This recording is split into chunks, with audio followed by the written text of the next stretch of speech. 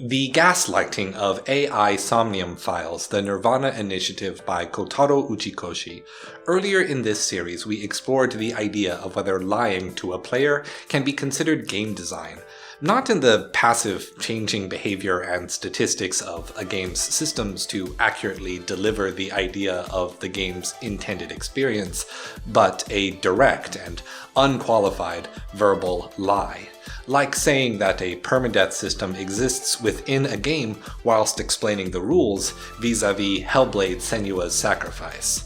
An immediate violation of the magic circle concept of a game by having rules and tutorial windows, the mechanism by which video games define the boundaries of the magic circle, lie about the boundaries of that magic circle. What I ultimately concluded from that essay is that if games are crafted experiences toward the end goal of crafting an idea in the mind of the player, if a lie can be shown to influence a player's reaction and behaviors toward that idea, then we may consider it Plato's concept of a noble lie. A lie that leads to the truth, an upaya that ushers the practitioner to experience the idea rather than convincing the rational faculty through dialectic or rhetoric. Well, my friends, I may have discovered the epitome of this lying affect in games. Have you heard of the Mandela effect? It is a phenomenon wherein a mass of people jointly misremember information in the same way, such as the belief that Nelson Mandela died in jail, or less serious things like the Berenstain Bears books being spelled with an E instead of an A. These effects occur because 1. Human memory is fallible, often inconsistent in replicable ways. 2. Common occurrences create multiple occasions for incorrect information to form into memories. And 3. The greater connectedness of online spaces allows for people with shared misinformation to find one another. For example, the 2 facts you know about Nelson Mandela is that he wrote a famous letter while in jail. Martin Luther King also wrote a famous letter while in jail and has died. And at some point you misremember these significant events related to the shared topic of civil rights and Black African liberty without all the pieces in place. You think Nelson Mandela died in jail. You let the thought pass, but it silently replays in your brain a few times until it has become a memory, one that you embarrassingly brought up at a party or tweeted about before being hounded with corrections. In an offline world, this is where the phenomenon ends. You get reminded of the facts, you accept them, you move on with your life. In an online world, where people are accustomed to looking up information, you turn to Google instead. You want to say, no, I am right, here, let me show you, only furthering your embarrassment. Yet, once you are shown the fact, the process still doesn't end. You can scroll from the top to the bottom of the page with dozens or hundreds of comments from people who thought the exact same thing you did. When you see it, someone says, but look at all these people who believe this. Either you're lying or something else is going on here. We can't all be wrong. And with that one line, that seed of anger in your embarrassment is vindicated. That stranger is right. A belief this popular couldn't possibly be fallacious. Now you move to confirm your belief with others who haven't been biased by the corporation of Google or the ignorant masses of society that were at your dorm party that night, and you find answers. So many answers. Groups that blame the Jews for being a sun-worshipping cult that deny the Earth is flat, actually. Groups that are sure that quantum physics says parallel universes exist, man. Everyone with this belief shifted here from a timeline where it was true. Groups that know about that Swedish philosopher that proved through science that it is infinitely more likely that reality is a simulation. And if you really think about it, all physical laws can be explained by computer programming. So none of us were wrong. Descartes' evil daemon just neglected to rewrite our memories, and I have some absolutely not doctored photographs that prove glitches in the matrix are happening on its 6th dimensional quantum computer, and so if we can get access to the source code, we can escape, or maybe even become gods, or we could...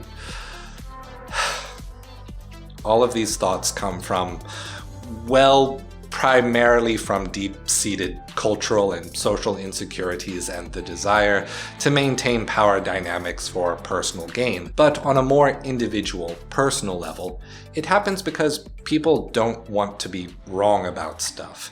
Being wrong sucks ass, and if society fails to be forgiving of misgivings, if people are hostile toward being wrong, many people will go through extraordinary lengths, harmful and dangerous lengths, to protect that ego from being embarrassed.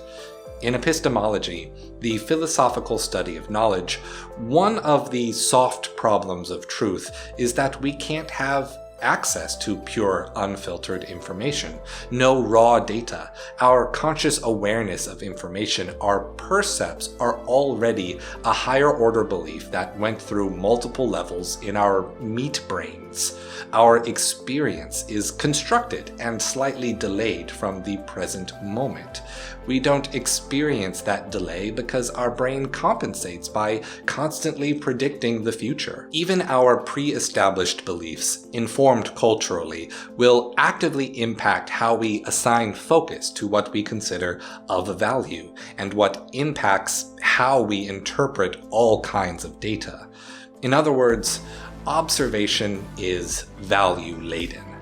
And even though how humanity overcomes this has become more nuanced and methodological over the years, from philosophers to scientists, that method is humble dialogue.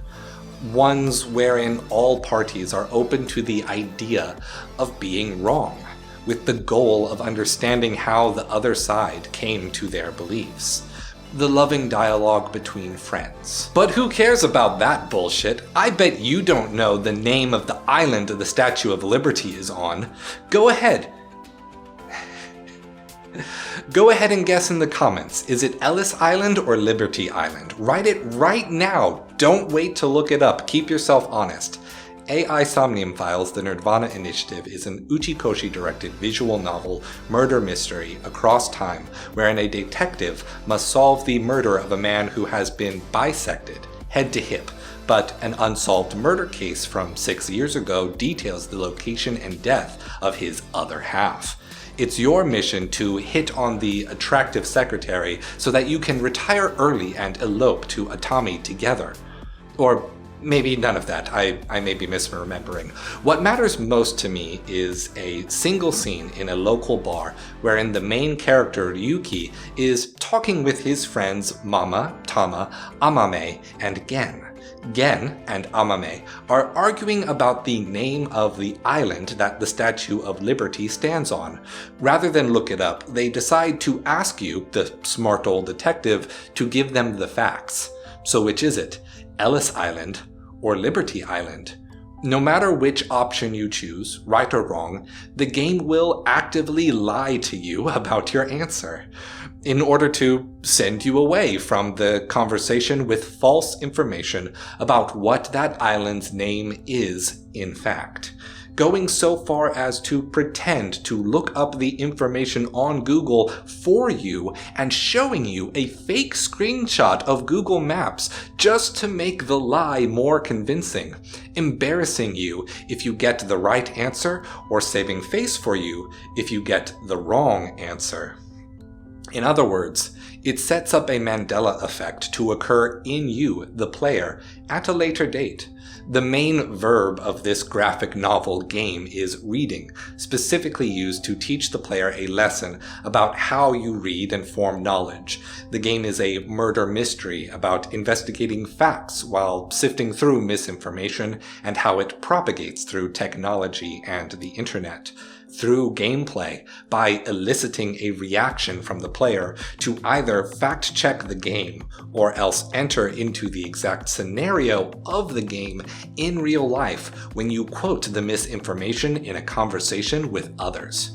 AI Somnium file The Nirvana Initiative sets up a Mandela effect about Ellis Island versus Liberty Island specifically to reinforce the game's message: you cannot simply trust what you read. You must learn to fact-check yourself in the modern age, creating an ARG through gaslighting, where you only realize you lose when you repeat the game in real life.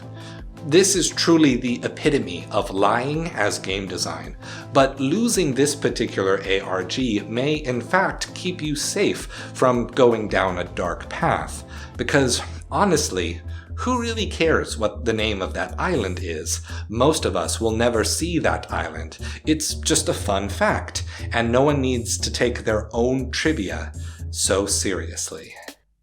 Stay true.